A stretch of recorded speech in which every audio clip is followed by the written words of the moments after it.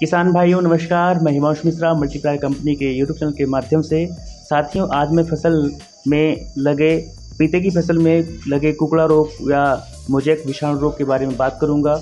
और इन सभी जो उसमें दूसरी बीमारियां लगती हैं जैसे फल मक्खी या फिर फल सड़न या तना गलन रोग, ऐसी बहुत सारी बीमारियां जो आती हैं या कीड़े आते हैं, उन सभी से अपनी फसल को कैसे बचा करके अच्छा उत्पादन ले सकते हैं। साथियों जैसा कि आपने शुरुआत में देखा फसल की कैसी थी, तो साथियों वो 3 माह की फसल थी। इसकी जो रोपाई है पौधों की वो लास्ट जनवरी में हुई थी और 22 मार्च को मैं इसको पहली बार विजिट करने गया था। ये फसल श्री विकास ठाकुर जी की है जो छपारा तहसील जिला सिवनी के निवासी हैं। इन्होंने 2 एकड़ में फसल की है, लगभग 2000 पौधे हैं। साथियों इनमें बहुत ज़्यादा रासायनिक खाद का और अलग अलग पेस्टिसाइड, रासायनिक खाद, कल्चर, बहुत सारी चीज़ों का उपयोग हो रहा था। इसमें दो तरह से डोज दिए जा रहे थे। एक वीकली साप्ताहिक डोज था, एक 2 से 3 दिन के अंतर पर डोज था और एक महीने के हिसाब से डोज दिया जा रहा था।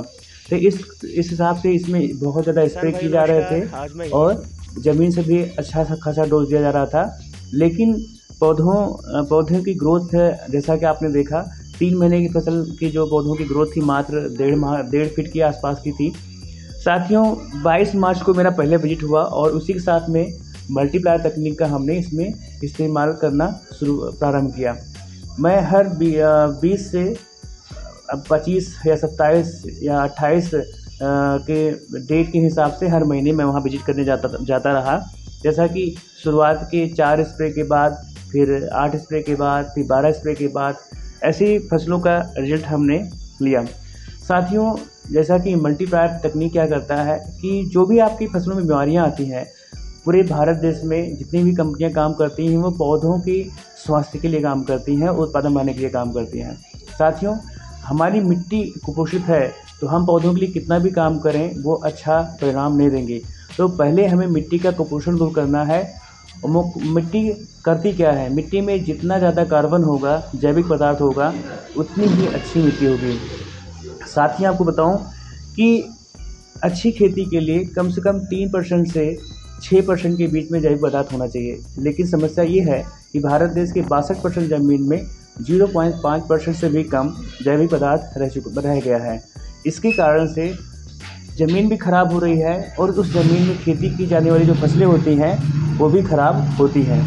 इसके कारण अब फसल को बचाने के लिए किसान जो दुनिया भर के अलग अलग एजेंट के माध्यम से दवाइयाँ प्राप्त करता है, दुकानदारों से दवाइयाँ प्राप्त करता है, उसको फसलों पर यूज करता है, मगर उसकी जो समस्या है वो ज़मीन से है। लेकिन वो फसल पर दवाइयों का इस्तेमाल करता है, वो अच्छे परिणाम नहीं ले पाता है, तो किसान का पैसा भी खर्च होता है, समय भी खराब होता है और फसल भी नहीं सुधरती, जिसके कारण किसान को ज़्यादा से ज़्यादा नुकसान होता है।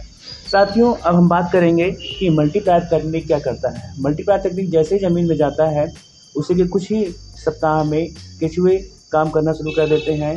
कार्बन की प्रचुर मात्रा उपलब्ध हो जाती है खेत में, जिसके कारण से जीवाणु अच्छा काम करते हैं।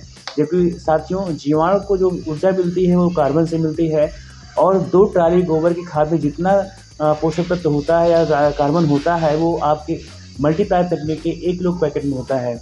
तो इसलिए ये कम मात्रा में इसका उपयोग होता है, मगर रिजल्ट 2 ट्राली गोबर की खाद से भी ज़्यादा तेज़, जल्दी और ज़्यादा मात्रा में देता है। साथियों इसका स्प्रे और ज़मीन दोनों तरह से किया जाता है, बीज उपचार भी किया जाता है। मल्टीप्लायर तकनीक का किस तरह से उपयोग करना है, उसका जो शेड्यूल है, मैं उसको जब आपकी कोई फसल होती है, उसमें कोई समस्या होती है, तो उस फसल की कंडीशन के हिसाब से मैं बताता हूँ। जैसे कि इस पपीते की फसल में शुरुआत में आपने देखा किस कंडीशन में फसल थी, मैंने उसके हिसाब से ट्रीटमेंट किया और आज ये लगभग 16 स्प्रे कंप्लीट होने के बाद आप फसल देख रहे हैं किस तरह से फसल में फ्लावरिंग अच्छी आ रही है, फ्रूटिंग अच्छी आ रही है, पौधों के पत्ते एकदम डार्क ग्रीन हैं और अच्छी हाइट में है।